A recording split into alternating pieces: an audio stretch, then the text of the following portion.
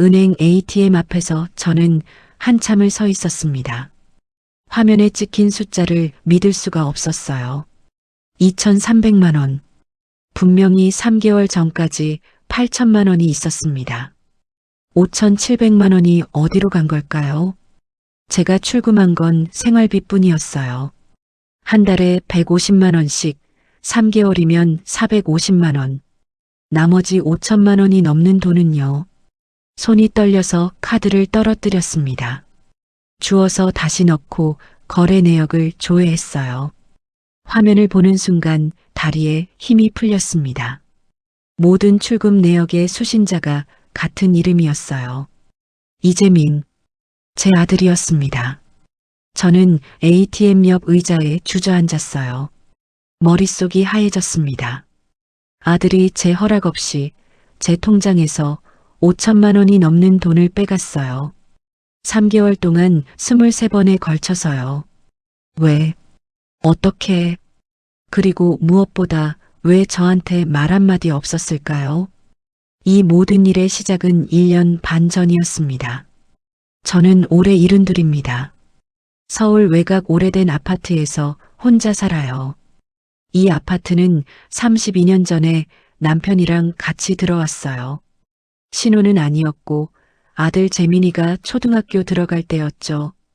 작은 평수지만 볕이 잘 들어서 좋았어요.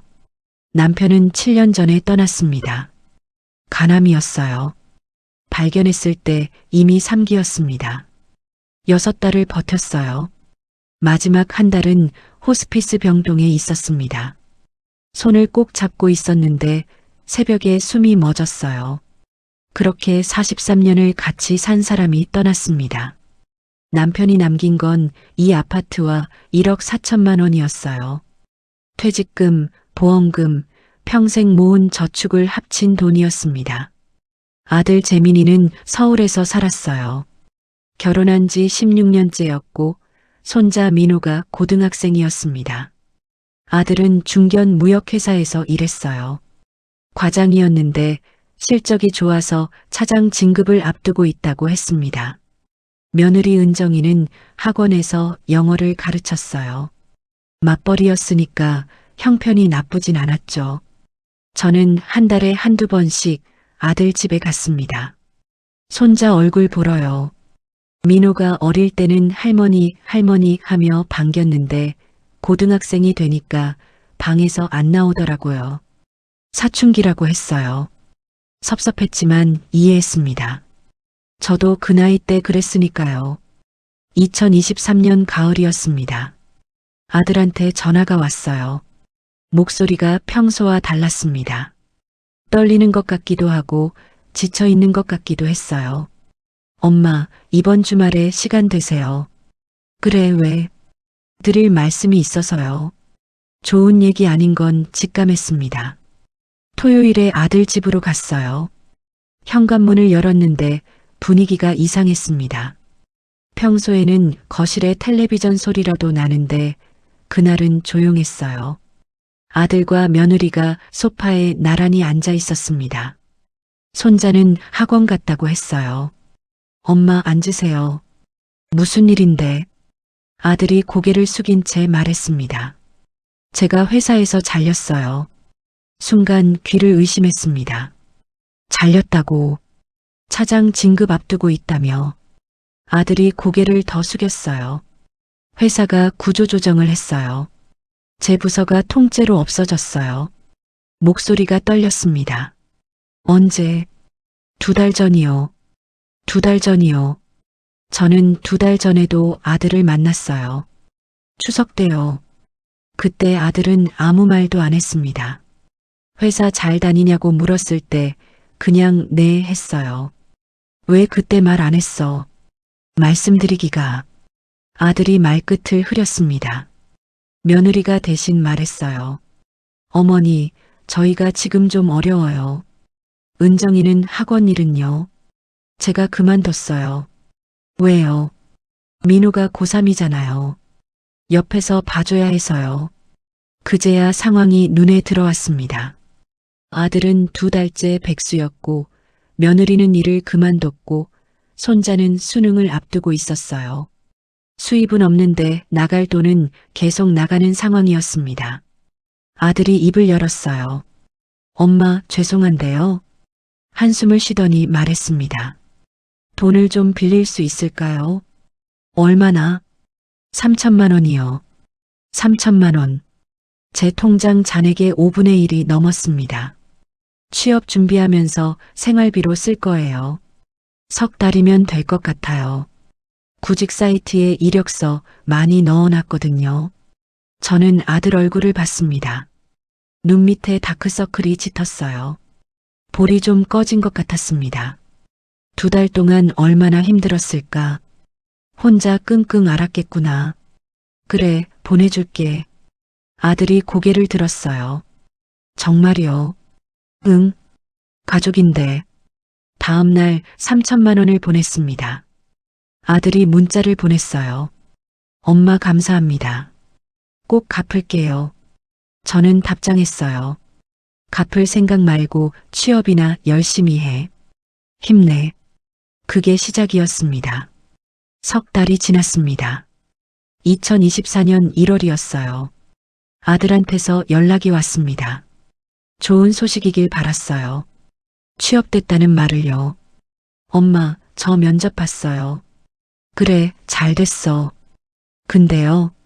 아들이 말을 끊었습니다. 면접비가 좀 들었어요. 정장도 새로 사야 했고 교통비도 많이 나왔어요. 저는 기다렸습니다. 핵심은 아직 안 나왔으니까요. 그래서 돈이 좀 더 필요해요. 얼마? 1,000만 원만요. 1,000만 원. 면접비가 1,000만 원이요. 의아했지만 물어보지 않았어요. 아들이 알아서 하겠지 생각했습니다. 보내줬어요. 한 달 뒤에 또 연락이 왔습니다. 엄마, 면접 떨어졌어요. 아이고, 속상하겠다. 다른데 또 넣어봐. 네. 근데요. 알았습니다. 또 돈이 필요하다는 거죠. 생활비가 다 떨어져서요. 500만 원만요. 보냈습니다.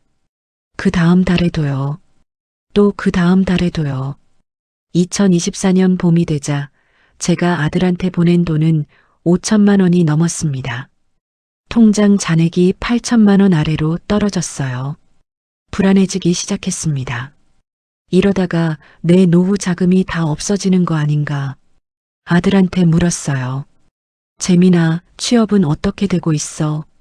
아직 안 됐어요. 경기가 안 좋아서요.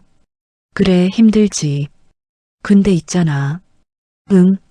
엄마 통장에 이제 8천밖에 안 남았어. 더 보내주기가 좀.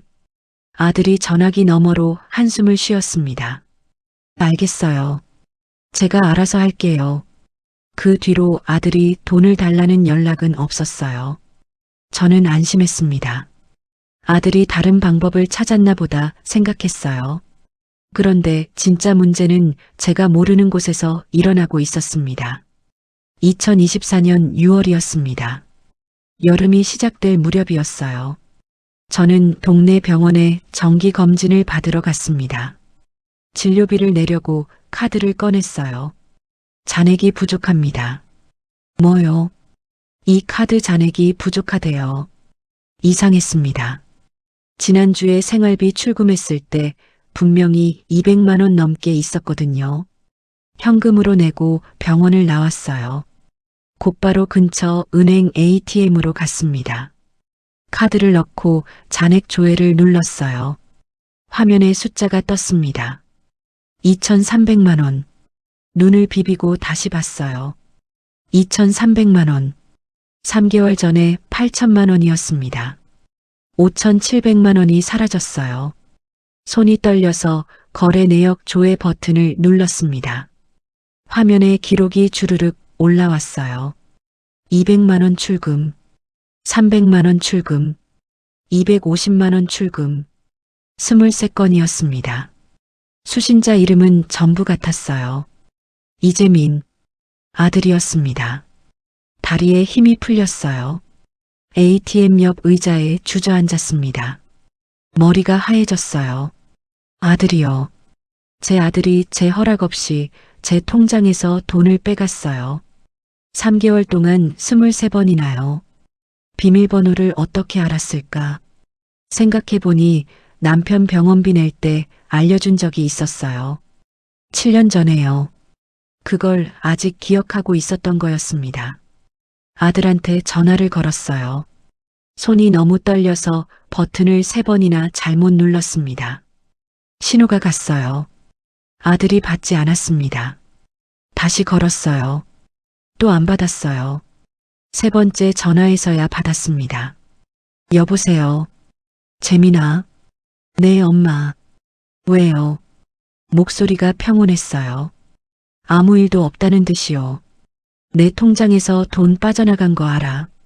전화기 너머로 침묵이 흘렀습니다. 왜 대답을 안 해? 엄마, 그게 5,700만 원이야. 23번이나 빼갔어. 나한테 말 한마디 없이. 아들이 한숨을 쉬었어요. 엄마, 급해서 그랬어요. 급하면 말을 해야지. 내가 안 준다고 한 적 있어. 말씀드리기가 어려웠어요. 엄마가 이제 못 주겠다고 했잖아요. 그때 제가 한 말이 떠올랐습니다. 통장에 8천밖에 안 남았다고 했던 말이요. 아들은 그 말을 듣고 직접 달라고 하기 어려워졌던 거였어요. 그래서 몰래 빼간 거였습니다.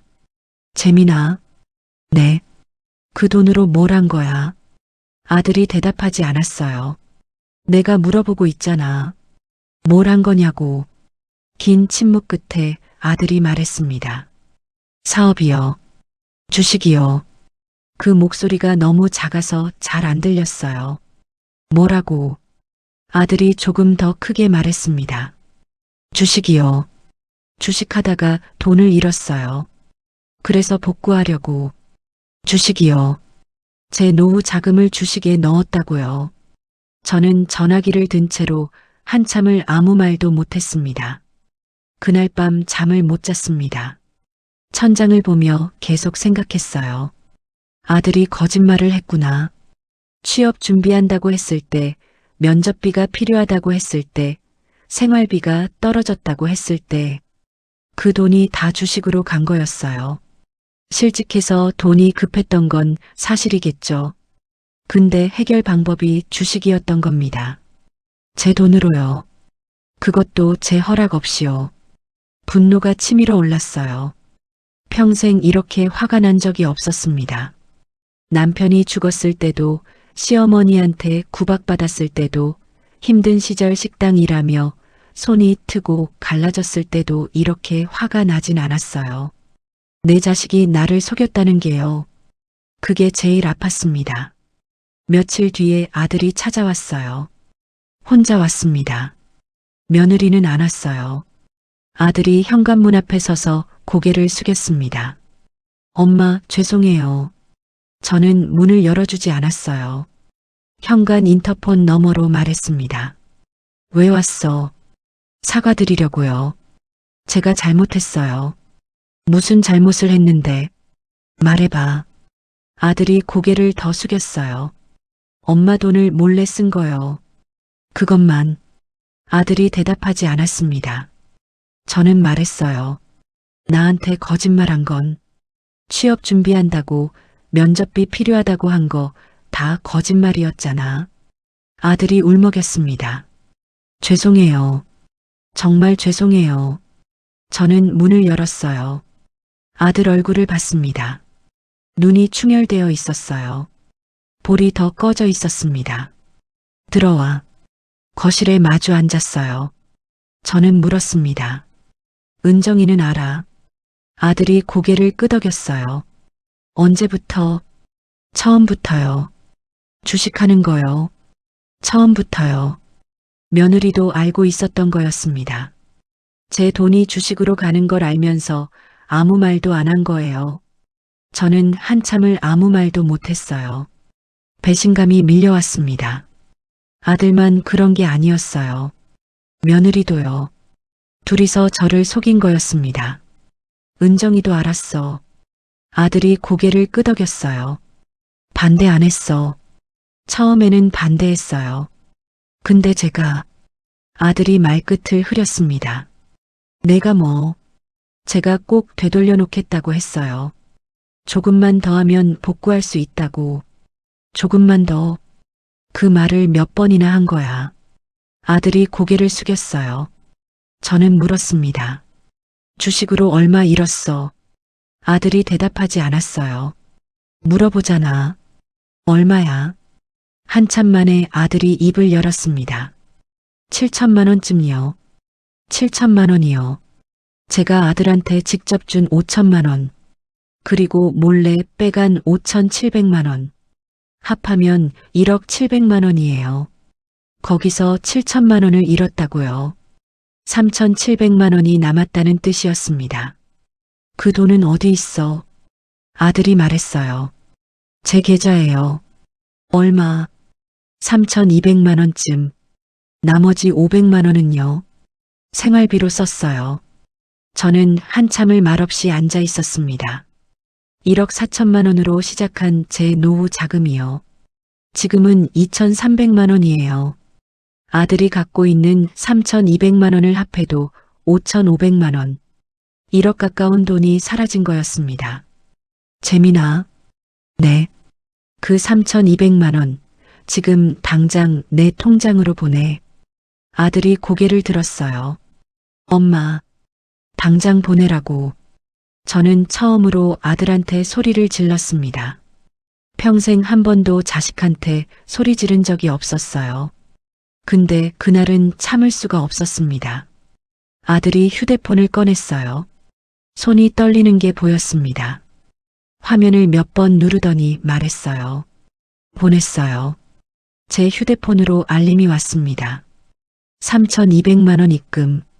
저는 말했어요. 됐어. 이제 가. 엄마.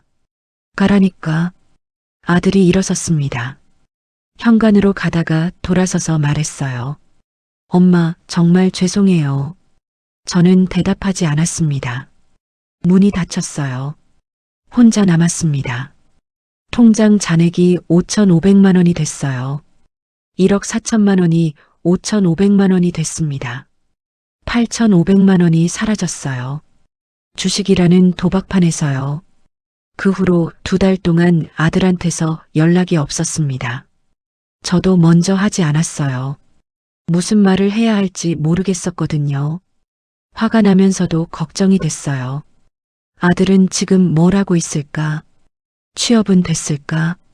밥은 먹고 다닐까? 2024년 8월 말이었습니다. 손자 민호 수능이 3달 앞으로 다가온 때였어요. 며느리한테서 전화가 왔습니다. 아들이 아니라 며느리요. 어머니. 왜요? 민호가 어머니 뵙고 싶대요. 저는 잠시 망설였어요. 아들 며느리는 보기 싫었지만 손자는 죄가 없잖아요. 그래, 언제? 이번 주말에 저희 집으로 오실 수 있으세요? 일요일에 아들 집으로 갔습니다. 현관문을 열었는데 손자 민호가 먼저 나왔어요. 할머니. 민호 얼굴이 많이 야윈 것 같았습니다. 수능 준비하느라 힘들겠지. 민호야, 잘 있었어. 네, 할머니. 보고 싶었어요. 그 말에 눈물이 핑 돌았어요. 거실로 들어갔습니다. 아들과 며느리가 있었어요. 아들이 자리에서 일어났습니다. 엄마. 저는 고개만 끄덕였어요. 며느리가 말했습니다. 어머니, 식사하세요. 제가 준비했어요. 식탁에 앉았습니다. 저 먹고 방에서 공부할게요. 손자가 밥을 후다닥 먹고 방으로 들어갔어요. 어른들끼리 할 얘기가 있다는 걸 눈치챈 것 같았습니다. 손자가 방문을 닫자 며느리가 입을 열었어요. 어머니, 죄송해요. 저도 잘못했어요. 저는 며느리를 바라봤습니다. 알면서 왜 말 안 했어요? 무서웠어요. 뭐가요? 어머니한테 말씀드리면 남편이랑 사이가 더 나빠질까 봐요. 저는 한숨을 쉬었어요. 그래서 나만 바보가 된 거예요. 돈 내놓고 속고 무시당하고. 며느리가 고개를 숙였습니다. 아들이 말했어요. 엄마, 제가 취업했어요. 고개를 들어 아들을 봤습니다. 어디? 중소기업이에요. 무역회사요. 월급은 전보다 적은데 일단 다니면서 다른 데 알아보려고요. 저는 고개를 끄덕였어요. 그래, 잘 됐네. 아들이 말을 이었습니다. 엄마, 저희가 매달 50만 원씩 갚을게요. 시간이 오래 걸리겠지만 꼭 다 갚을게요. 8,500만 원을 50만 원씩 갚으면 14년이 넘게 걸려요. 저는 그때 90이 넘어요. 살아있을지도 모르죠. 근데 이상하게도 화가 풀렸습니다. 아들이 취업을 했다는 거, 갚겠다고 하는 거, 그게 중요했어요. 돈을 다 돌려받는 게 아니라 아들이 책임지려는 마음을 보여주는 게요. 그날 집에 돌아와서 오래 생각했습니다. 내가 원하는 게 뭘까? 돈을 돌려받는 거. 물론 그것도 있어요. 하지만 그보다 더 원하는 게 있었습니다. 존중이요. 아들이 저를 사람으로 대해주는 거요. 돈을 줄 때만 감사하고 돈이 없으면 알아서 빼가고 문제가 생기면 숨기는 게 아니라요. 어려우면 어렵다고 말하고 필요하면 부탁하고 상의를 해주는 거요. 저는 결심했습니다. 앞으로는 다르게 하자. 며칠 뒤에 아들한테 전화했어요. 재민아. 네, 엄마. 할 말이 있어. 뭔데요? 앞으로 엄마한테 돈 필요하면 꼭 말해. 몰래 가져가지 말고. 네, 당연하죠. 그리고 엄마가 줄 수 있으면 줄 거고 못 주면 못 준다고 할 거야. 네. 그게 계산적인 게 아니야. 그게 정상적인 거야. 아들이 한참 침묵하다가 말했어요. 엄마, 제가 정말 잘못했어요. 알아. 근데 앞으로 어떻게 하느냐가 더 중요해. 네. 꼭 달라질게요. 저는 말했습니다. 그리고 엄마도 할 말 있으면 할 거야. 예전처럼 참지 않을 거야. 네. 불편하면 불편하다고 말할 거고, 아니라고 생각하면 아니라고 할 거야. 네, 엄마. 당연히 그러셔야죠. 당연하다고요. 근데 그게 그동안은 안 됐어요. 저는 돈을 주면서 오히려 목소리를 잃었습니다. 더 조심스러워졌고, 더 눈치를 봤어요. 돈을 준 사람이 왜 눈치를 봐야 해요? 말이 안 되잖아요. 근데 그랬어요. 이제는 안 그럴 겁니다. 2025년이 됐습니다. 손자 민호가 수능을 봤어요. 성적이 생각보다 잘 나왔습니다. 서울에 있는 대학에 붙었어요. 제가 축하 용돈으로 100만 원을 줬습니다. 아들이 말했어요. 엄마, 너무 많아요. 괜찮아요. 괜찮아. 내가 주고 싶어서 주는 거야. 이건 빚 갚는 거랑 별개야. 아들이 웃었어요. 네, 알겠어요. 감사합니다. 그래, 민호 대학 가면 열심히 하라고 해. 네. 매달 50만 원씩 입금이 되고 있습니다. 벌써 6달째예요. 300만 원이 들어왔어요. 아직 8,200만 원이 남았습니다. 다 갚으려면 13년이 넘게 걸려요. 그때 저는 85살이에요.